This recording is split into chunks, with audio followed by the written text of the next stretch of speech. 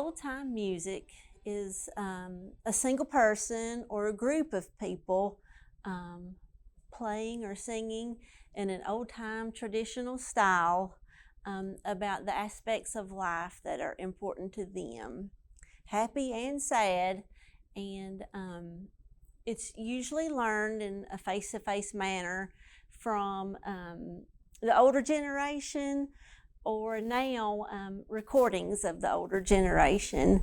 But really, old time music to me has kind of a happy feel, kind of frolic-like. It's a good time, and it's based around a community. But there's a song for every mood and every feeling, I think that you're feeling in life. So it's the music of life.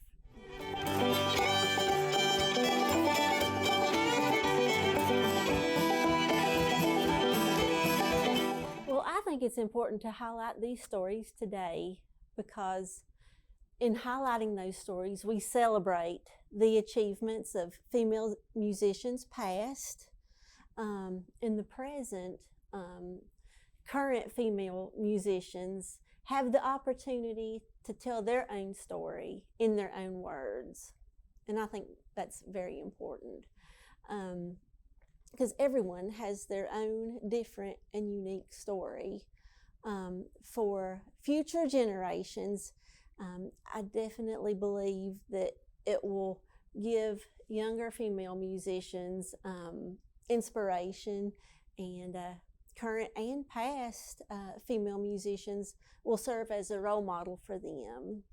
And I firmly believe that each generation builds on the accomplishments of the past generation. So you just keep building and building.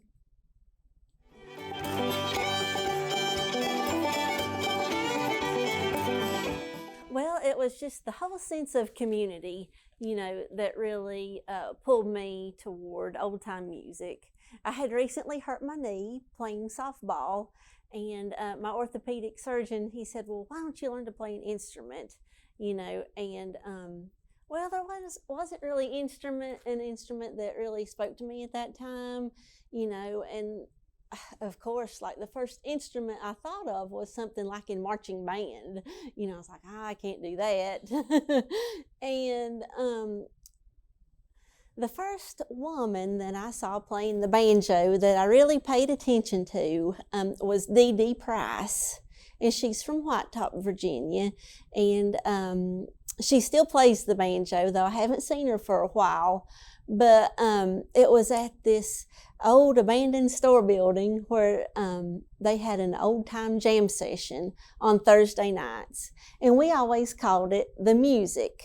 And my grandparents, one Thursday night in 1991, Norma and Reba Kilby,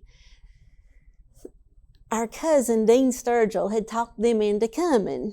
And so they were going to go, and, they asked me if I'd like to go with them because I loved going places with my grandma and grandpa. They knew everybody, and, it was kind of different going with them than it was with mom and dad. So we went over there, and I saw Dee-Dee playing the banjo, and I was like, maybe I could do that too.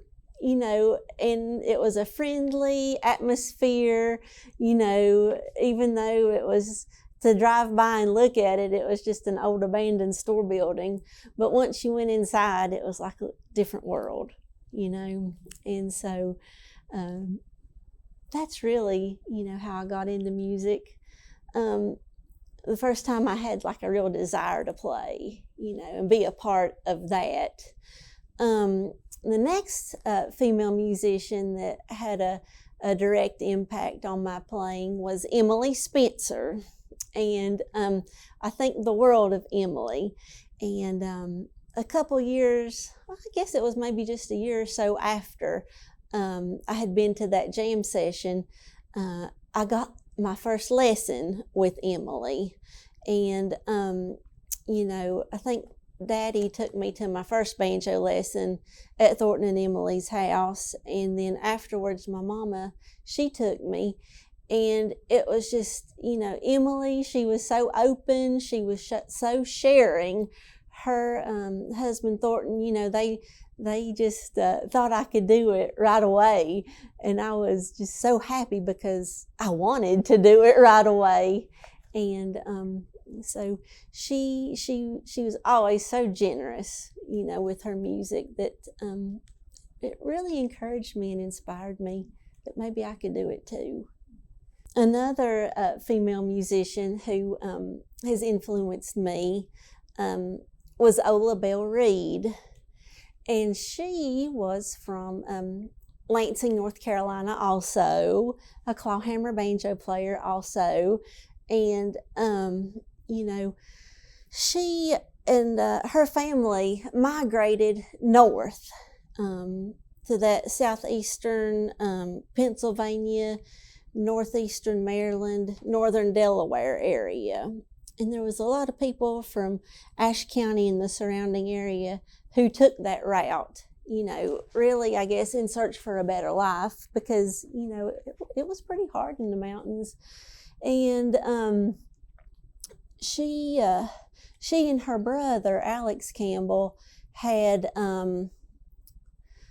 they got a band together up there called the New River Boys and Girls, and they had a radio program out of a radio station in Coatesville, Pennsylvania.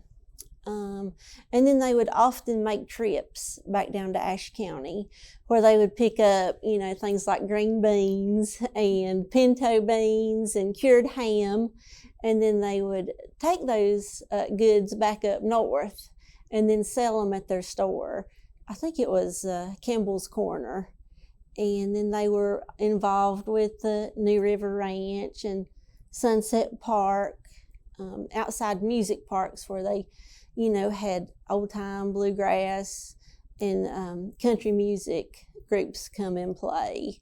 And I think that was a big gathering place for folks who would move from down south up there. And, they took their music with them, and they had it there in the community. The people were the same, they're just in a different spot. And about the time I was starting to learn how to play, yes, it was, my first lesson was July 29th, 1992. I know that date because it was the day that my life changed. And but Marty Stewart had just released High on a Mountaintop, and Ola Belle wrote that song, and so I heard that on the radio, and it just caught my ear, High on a Mountaintop, and it said that, I looked it up, and the songwriter was Ola Belle Reed, and then we got to talking about Ola Belle Reed, and then that really inspired me to, do some research on her and learn about her and ask family members about her. And one of my favorite recording that Ola Belle made was that Rounder album. It's kind of got a pink tint to it, and it's entitled Ola Belle Reed, and it's got she and her family, and the fiddle player was Johnny Miller. And it featured High on a Mountain, Springtime of Life, The Soldier and the Lady. And, that's really my favorite album that she did. I think it's Rounder 0021. It was released in 1973. So I love that.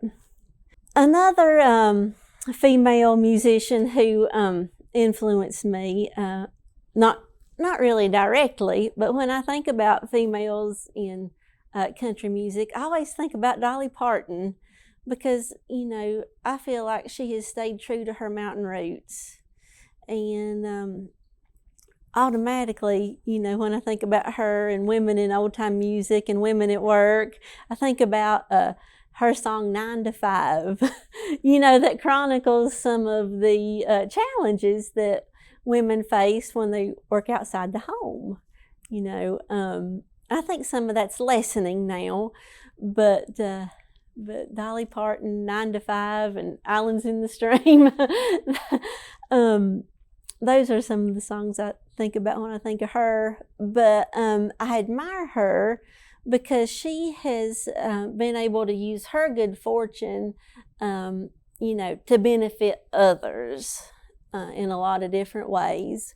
As a librarian, I'm thinking about the Dolly Parton Imagination Library, the program where I think it's children birth to 5 years old. They're sent a book, no matter the family's income, and that will continue till they're 5. And at first, I think it started in like 1995, and it was only in Sevier County, and then it expanded to Tennessee, and then around the United States, and now there are several foreign countries who are taking part and participating in that program. And you've definitely got to understand what you read to almost make sense of the world now. So those are some of the female musicians who have influenced or inspired me in some ways. Yes, well, two of the ladies that I mentioned earlier, Dee-Dee Price and Emily Spencer, I've had the opportunity to play with them on many different occasions, and they were always so open and willing to share their music with me.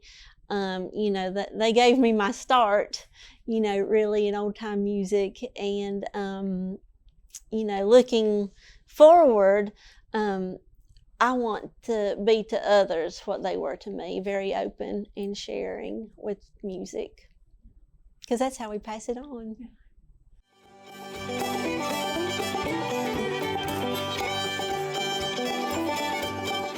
Well, throughout my years of playing music, I hope that that my music has made a personal impact on people by making them happy. I enjoy making people happy with my music. The banjo's an upbeat, fun instrument, and the music I play is pretty hard driving, and it's, naturally dance music. So I hope that I have benefited the lives of dancers out there at square dances and places that I've played. And I feel like I have, because I've received a lot of good compliments from them. So that makes me happy that I've done something that they enjoy. Also, I've played for a lot of different community events that benefits my communities in some ways. Lansing, Galax area. If there's a need out there and I have some time available, then I'll be definitely happy to play, because it's community music.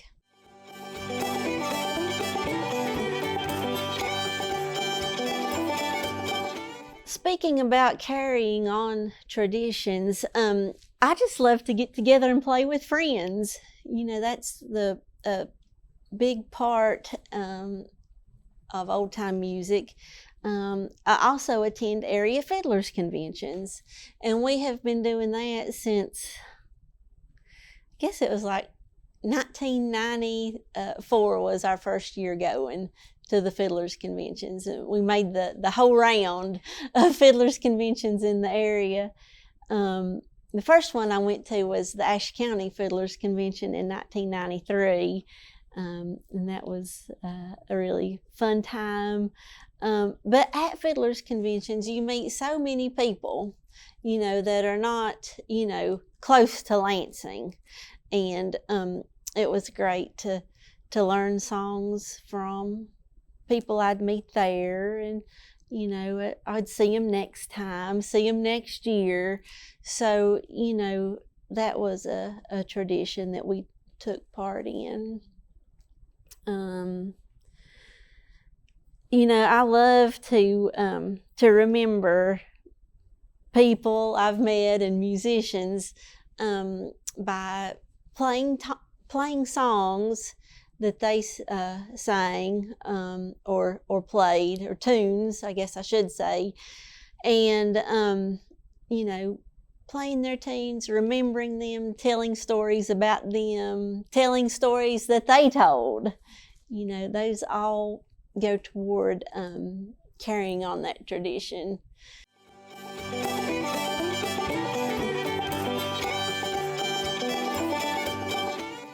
When I think about myself as an innovator, I'm not very strong in that field, but I like to think of myself as a preserver of the old-time clawhammer banjo style, a preserver of that tradition. A lot of the time, I try to play a song as close as I can to the way the old-timer played that I learned it from. It might have been in person, but sometimes I've learned it from a recording too. But if I had to think about a way that I had innovated music, it would be by playing bluegrass songs in a clawhammer style.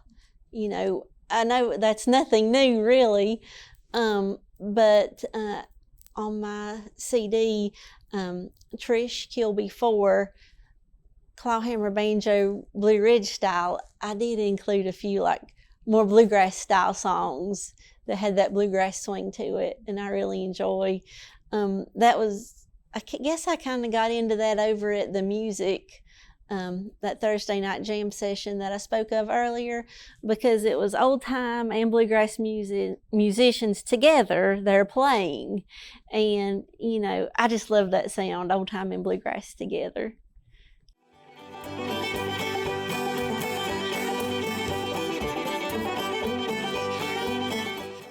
Well, I guess the most challenging thing that I've had to deal with in old-time music or, in life is just that work, life, home, music balance, keeping everything going, at one time and not neglecting one too much while I'm pursuing a goal with another.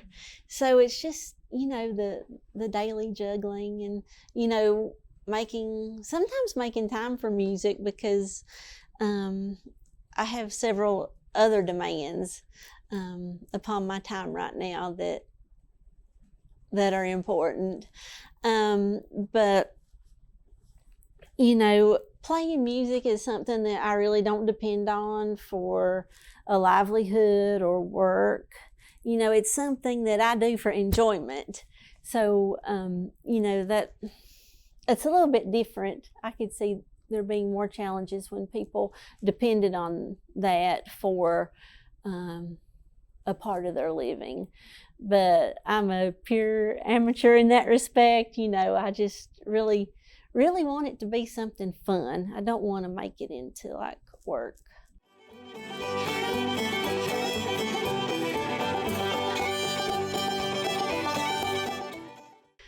Well, when you get down to it, most histories and stories have been told by men, older white men, who were in positions to get educations.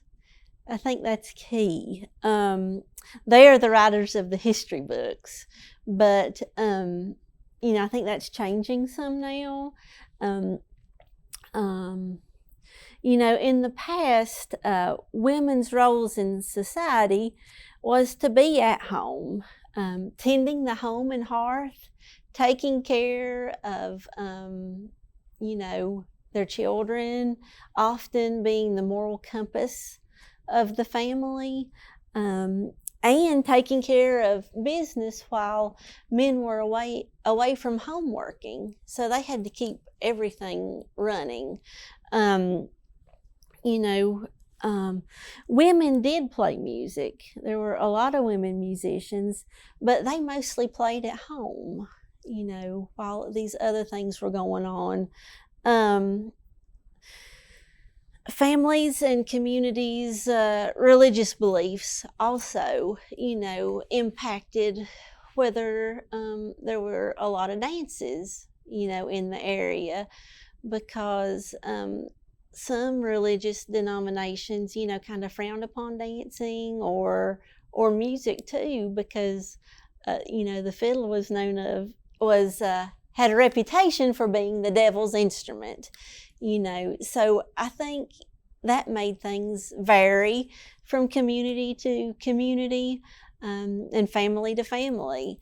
But definitely women were important tradition bearers. And where did, some of the male musicians learn their music? They learned it at home from their mama. But I think the reason that a lot of the history of music, old time bluegrass or country music, has been written by men is because it was men who had the mobility to pursue these educations that made them the writers of the history. I guess society's roles for women, you learned how to keep a house when you were young and growing up, and then you got to be like 16 or 17 years old, and then you started out on your own. And, you just pretty much would find a beau and marry, but men had a lot more options.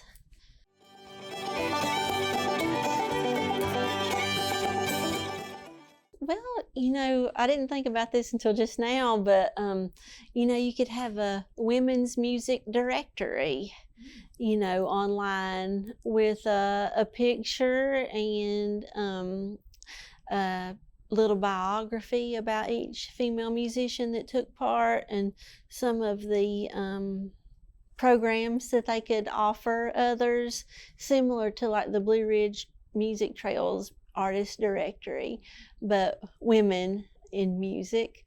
And you could also feature past women musicians and give a picture, a little bio about them.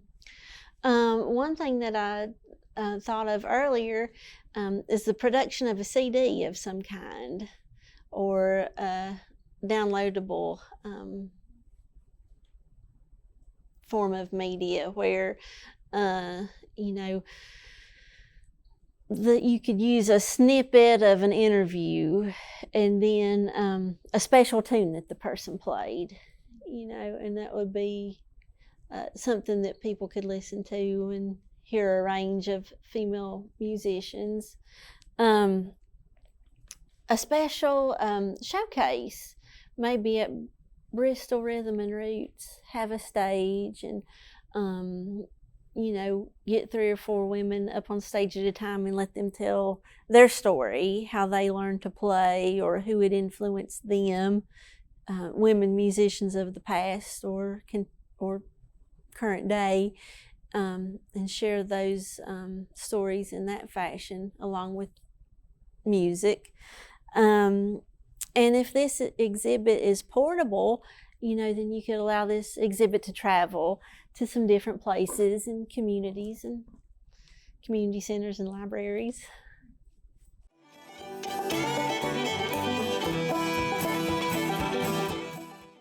Well, old time music matters to me because it's my music, and it's the music of my family, and it's the music I love.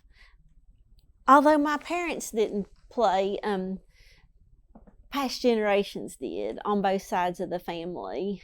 On my dad's side of the family, his father, Reba Kilby, he had a guitar, and we think he played some, but it not for a long time. I think he traded his guitar to Uncle Estel Sturgill for a bunch of Baney or Bantam chickens.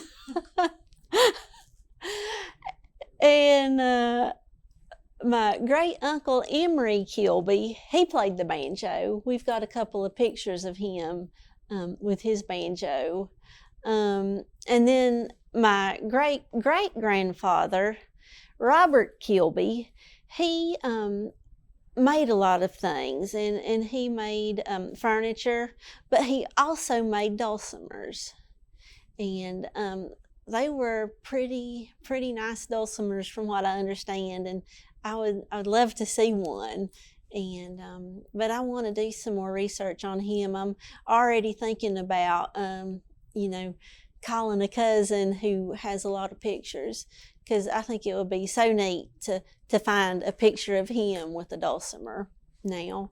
So that's going to be something I'll be trying to pursue. On the Wilcox side of the family, my great-grandfather Bill Wilcox, he played the banjo, and he played for a good while, but he was on his way home from a frolic one night out playing music. He was riding his horse up Bearwaller. That's above Lansing and above Horse Creek.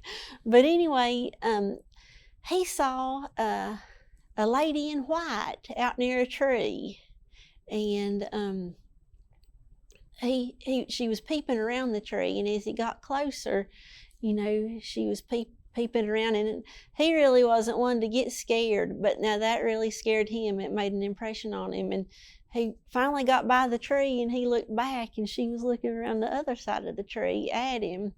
So he took that as a sign, and he quit playing the banjo after that. And on my mom's side of the family, my grandpa Staley Powers, who I never had the opportunity to meet, he passed away before I was born. He played the fiddle and the banjo and the tater bug. And the tater bug, I have that instrument that he made, but it's like got a pot like a banjo and then the neck of a mandolin, and he had decorated the pot with some drawings that he had done. So I really would have loved to have heard him play. And his mother, my great-grandma, Hildreth Powers Rose, she played the piano and the organ, and I do remember hearing her play. So I enjoy this music because it's something that past family members have done. It's something that I wanted to do.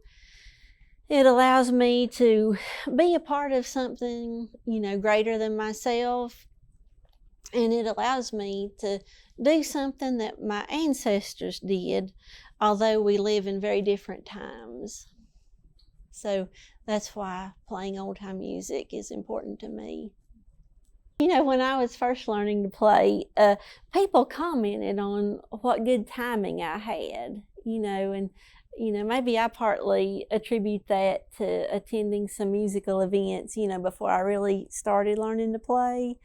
But when I was a baby, my dad would put a Ralph Stanley record on the record player, and then he would sit me down in the floor beside it, and he said that I would just kind of rock back and forth to the music, and that's where he and a couple of his friends thought I probably got, my sense of timing from, was hearing that music as a baby, and getting the sound in my head. Yeah.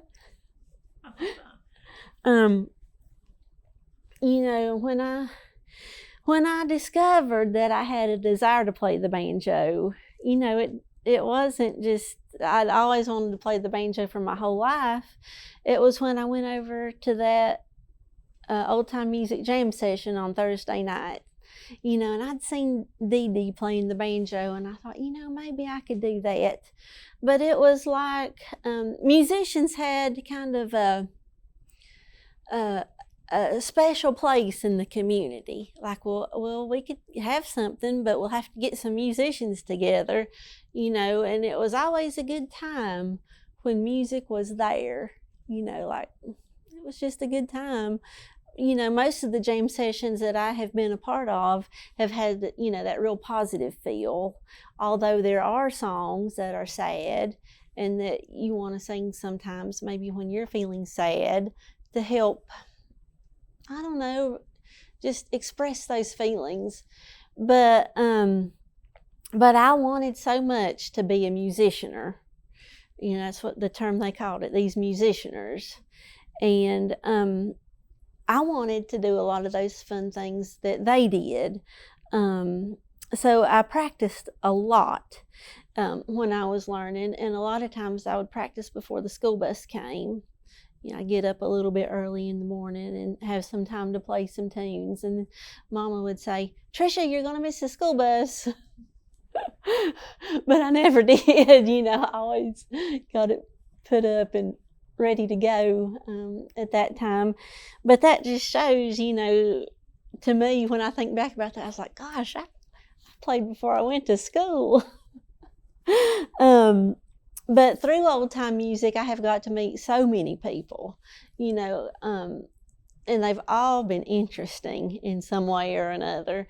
And I have got to go to a lot of interesting places around our communities, but also in 1997, I traveled with the Farmers' Daughters to Germany and France and got to see a lot of interesting places there and have some opportunities that, I wouldn't have had it had I not played music.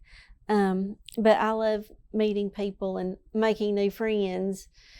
And overall, it's just a comfort to me to know that old-time music, it will always be a part of my life. No matter how my life changes in the future, music is something that I can always do. My daddy and his friends are so much fun.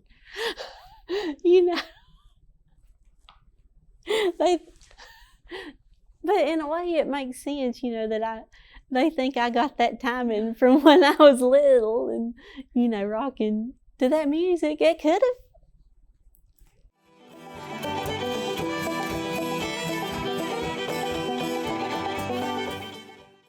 Well, unfortunately, I'm out of touch with a lot of the younger musicians because I've spent a lot of time looking up to the older generation. Though my time is more limited now, I have given some lessons in the past, but I really would like to pass my hard driving clawhammer banjo playing style on to younger people so that it can live after I'm gone.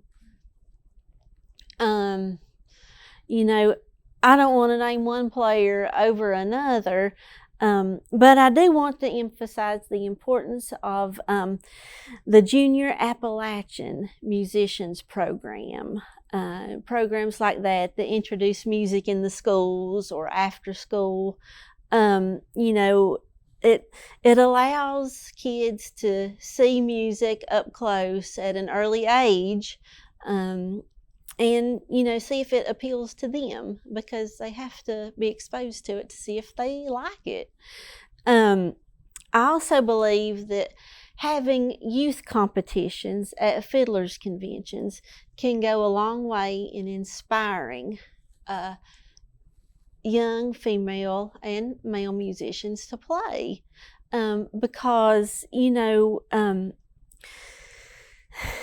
how can a young musician compete with another musician who's been playing for 10 or 15 years? When you have a youth contest, it kind of evens that playing field out a little bit and gives them a chance, because it will inspire them to play, and it will give them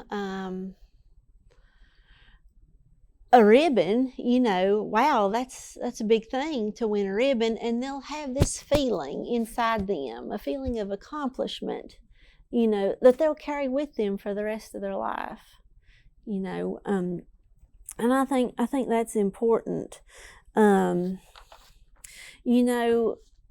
when I was growing up and just starting to play music back in the 1900s, they didn't have the jam program and youth contests. And so we just kind of had to, by chance, get exposed to music or figure it out on our own.